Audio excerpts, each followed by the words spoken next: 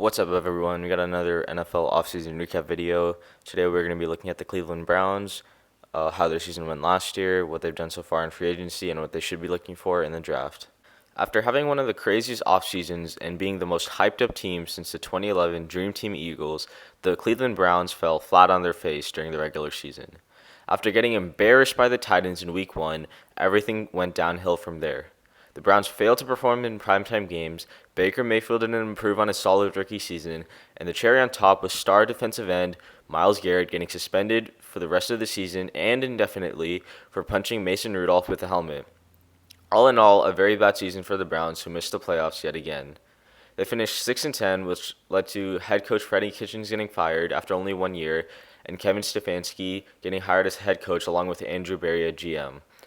The Browns' offense is expected to be among the league's best, but everyone except for Nick Chubb and Jarvis Landry failed to perform. Stars like Odell Beckham and Kareem Hunt also supposedly told other teams to "come get me," meaning they wanted out of Cleveland.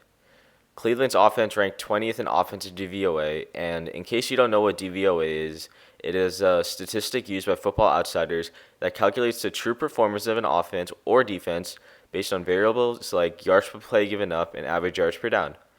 Now, the offense is bogged down by terrible offensive line play, as Cleveland's tackles, Greg Robinson at left and Sam Hubbard at right, were among the league's worst. And now, Greg Robinson is in jail for distributing drugs, meaning they won't have him at left tackle anymore. Now, the defense was okay for most of the season, but you also have to know they missed their top two corners, Denzel Ward and Greedy Williams, after both of them pulled their hammy early in the season in the same practice. Crazy. Now, Myles Garrett got suspended, as I said before, and it became rough from the interior and exterior D-line from then on out. As a result, the Browns finished with the 22nd best defensive DVOA. The season ended with Freddie Kitchens getting fired and general manager John Dorsey leaving on his own terms, meaning a culture change was in store with a new GM in Andrew Berry and a new head coach in Kevin Stefanski. The only real moves the Browns made was to release linebacker Christian Kirksey and to release tight end Demetrius Harris to free up cap space for them to go big in free agency yet again. As I said before, they've already hired Kevin Stefanski as their head coach and Eagles player personnel Andrew Berry as their GM. And for the second year in a row, the Cleveland Browns have been labeled as the biggest winner in free agency, as they were able to secure the top offensive tackle and the top tight end on the market. Now, personally, I love the Conklin signing for them, not the Hooper signing as much.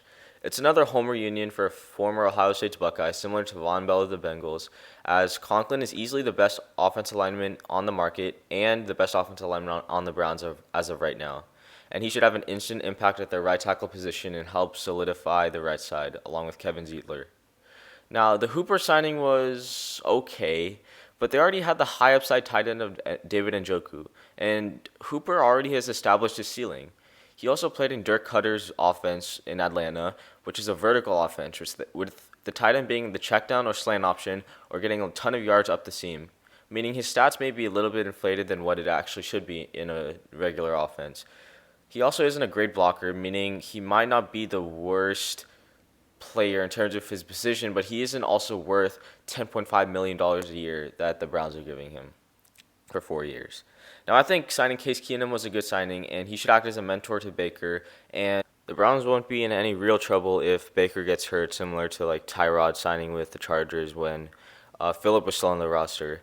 The Browns also made a move to sign first-round bust Carl Joseph from the Raiders to a 1-year deal just to see if he can fill that strong safety spot. They also made a move to sign Kevin Johnson to a 1-year, $3.5 million contract, and that's a good move because Greedy Williams and Denzel Ward missed time last year, and Kevin Johnson was a starter for most of the year on Buffalo's offense before getting benched, so he should be able to rebuild his value with a short 1-year deal. They signed Andrew Billings, a defensive tackle, for another 1-year deal, and he should help beef up their defensive line. They also tried to beef up their defense even more by signing linebacker B.J. Goodson and then Vikings do-it-all safety Andrew Sendejo, who pretty much played anywhere, strong safety, free safety, slot corner, and that's a really good signing for them as well. They then signed JoJo Natson to help improve their special teams game and their return game. Now, they didn't let too many people go, but guys like Demetrius Harris went to the Bears. Their two starting linebackers, actually, Joe Sherbert went to the Jaguars on a huge deal, and Christian Kirksey got $8 million from the Packers per year, so they need a little bit of help at linebacker, but they signed B.J. Goodson, but they still might need a little more help. And free safety Eric Murray went to the Texans. Now, the Browns desperately need a left tackle to protect Baker, so the Browns need to get one of the top four tackles in the draft, and these are Jedrick Willis, Andrew Thomas, Tristan Wirfs, and Mekhi Becton. Now, in my opinion, I think Tristan Wirfs is the best pick for them because Kevin Stefanski likes to run a zone run scheme, so they need an athletic left tackle to be able to get up to the second level and take out the linebackers. And Tristan Wirfs had the best combine performance at any left tackle or basically out of any lineman, in my opinion. So he'd be the perfect pick for them. But if it looks like any of or all of the four will be gone, they need to trade up and secure one. I don't think it's going to be. I think Browns will take the third or fourth best, but it will be possible that all four could be gone, and they need to make sure they can secure one. And after two starters leaving, and with only Mack Wilson, who's a fifth rounder from Alabama last year, and free agents signing B.J. Goodson, being the only good starting material linebackers in the room, they need to add one more.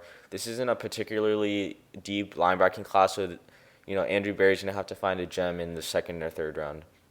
Finally, beefing up the defensive line behind Myles Garrett is important, and I think might be an underrated move, but getting a third receiver behind Odell Beckham Jr. and Jarvis Landry is important as well, as they've failed to find a third receiver to really complement the two is important, and they've had guys like Rashard Higgins or Antonio Callaway try to play that third receiver, but both have failed, and they really need to find a third one. And this is a good draft to do it, as you can find many gems to put in the slot, like KJ Hill from Ohio State, or maybe a speed guy like Jalen Reagor in the second round. So this is a good draft to find a third receiver, and Andrew Berry should look to do that. Well, that is all for this NFL offseason recap video of the Cleveland Browns. Don't forget to like, comment what do you think the Browns record is going to be in 2020, and who you think they should draft, and subscribe.